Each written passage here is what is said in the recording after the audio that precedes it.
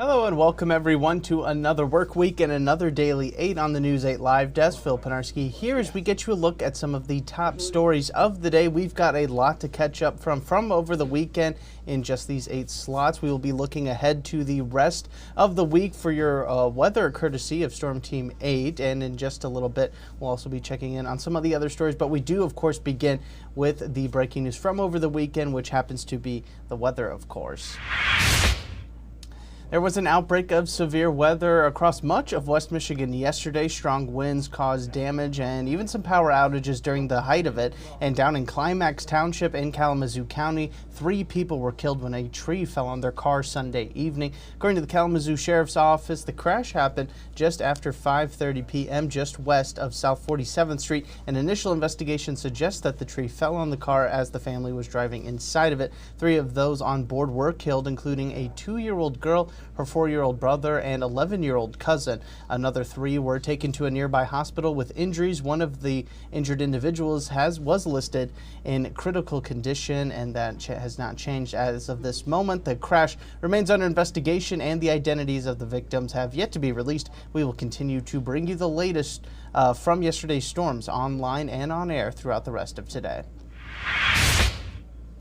A Union City Community Schools employee has been arrested and charged for sexually abusing a minor. On Friday, Ray Zerly was arrested and charged with 3 counts of first-degree criminal sexual conduct, 3 counts of third-degree CSC, accosting a minor for immoral purposes, and other drug and gun-related charges. Back in December, Zerly's home was searched and multiple electronic devices were taken by authorities. Conversations between the suspect and a minor were found during the search. Zerly was arrested at Union City High School during non-school hours due to the number of weapons in his home. According to the Branch County Sheriff's Office, the school district has released a statement saying that Zerly will be placed on administrative leave until an investigation is complete. Zerly is currently being held at the Branch County Jail on a $50,000 bond.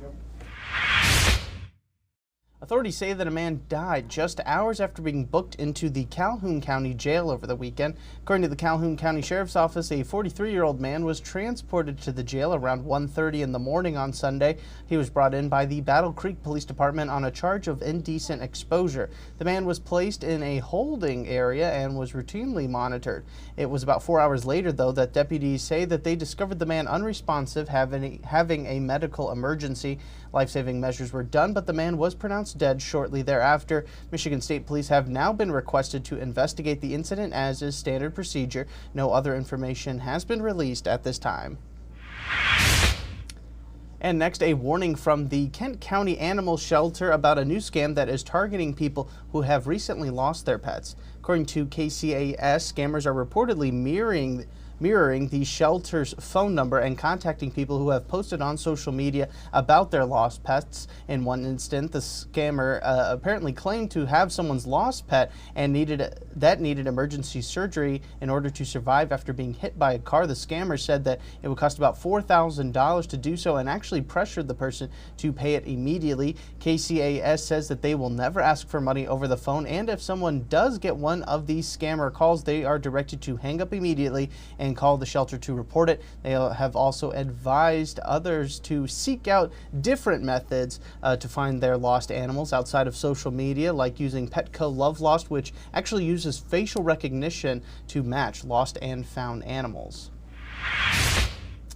If you frequent the Fruit Ridge Avenue area, well, then you might want to start making plans to change your commute up a bit. The bridge over I-96 will be closed starting today and will be that way for a while. Traffic will be now rerouted to 3 Mile Road and 4 Mile Road at Walker Avenue as the planned construction project commences. The multi-million-dollar project is a collaboration between the City of Walker and the Michigan Department of Transportation. The objective is to replace the 2-lane bridge that was first built more than 60 years ago and make it 5 lanes. The hope is to improve safety and traffic flow for both cars and pedestrians across the bridge. The closure is slated to open up sometime in December. The Walker Rest area will also be closed at this time.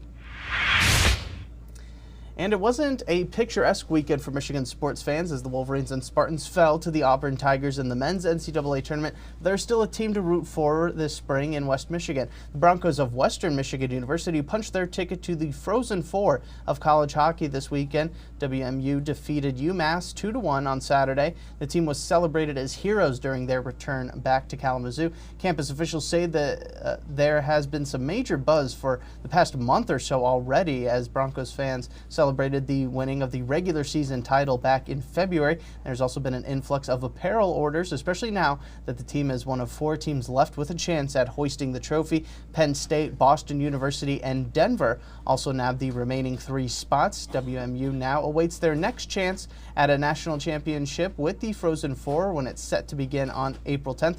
They'll be taking on the Pioneers of Denver. And while we look forward to that, let's also get a look at what we can expect weather-wise this week, especially after yesterday's storms. Here is Storm Teammate meteorologist Matt Kirkwood with a look at your forecast. Okay, calmer conditions next couple of days with severe weather in the rearview mirror. For now, you can see the area of low pressure that produced all the severe weather now moving away from us. Cold air on the back of it, at least colder, and that's going to generate a couple flurries or a few sprinkles early on today. We'll finish out today with some sunshine. It's going to be breezy with that northwest wind, 10 to 20 miles an hour, so feel like temperatures will only be in the 30s. What we're tracking out there is cooler temperatures today, fading sunshine on Tuesday. We'll likely wake up to some frost and sunny conditions. Wild Wednesday, and I mean that in terms of we could see freezing rain, we could see some snow to start today, and then severe weather chances. And you can see already a Storm Prediction Center from Grand Rapids southward in an enhanced category for potential severe weather on Wednesday. That's pretty impressive 3 days out, and it looks like another severe weather episode is possible, not just here in Michigan, but many areas to the south. Now, calming things down on Thursday and Friday with temperatures in the 50s.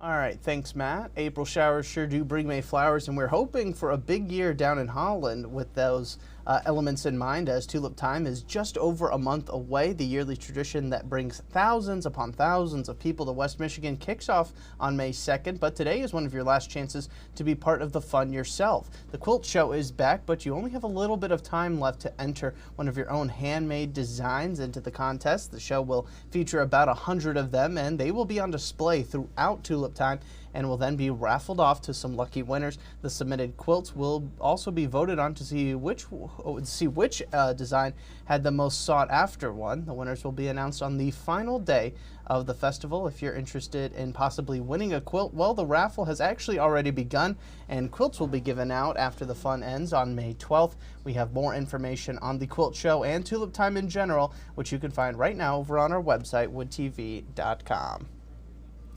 And that's going to do it for us today on the Daily 8. We've got a fun and extensive edition of the Daily 8 coming up over on Wood TV Plus starting at 2 p.m. today. We'll be talking to Miranda about her spring break guide, and we'll also be checking in with Storm Teammate to learn a little bit more about what we saw on Sunday and also what we can expect weather-wise the remainder of the week, including a potential chance for some more severe weather in the middle of the week. That's all coming up at 2 p.m. We will hopefully see you then, and if not, we will of course be back again tomorrow, same time, same place, with this edition of the Daily 8. I want to thank everybody so much for tuning in. I'm Phil Pinarski, and we hope you have a great rest of your day.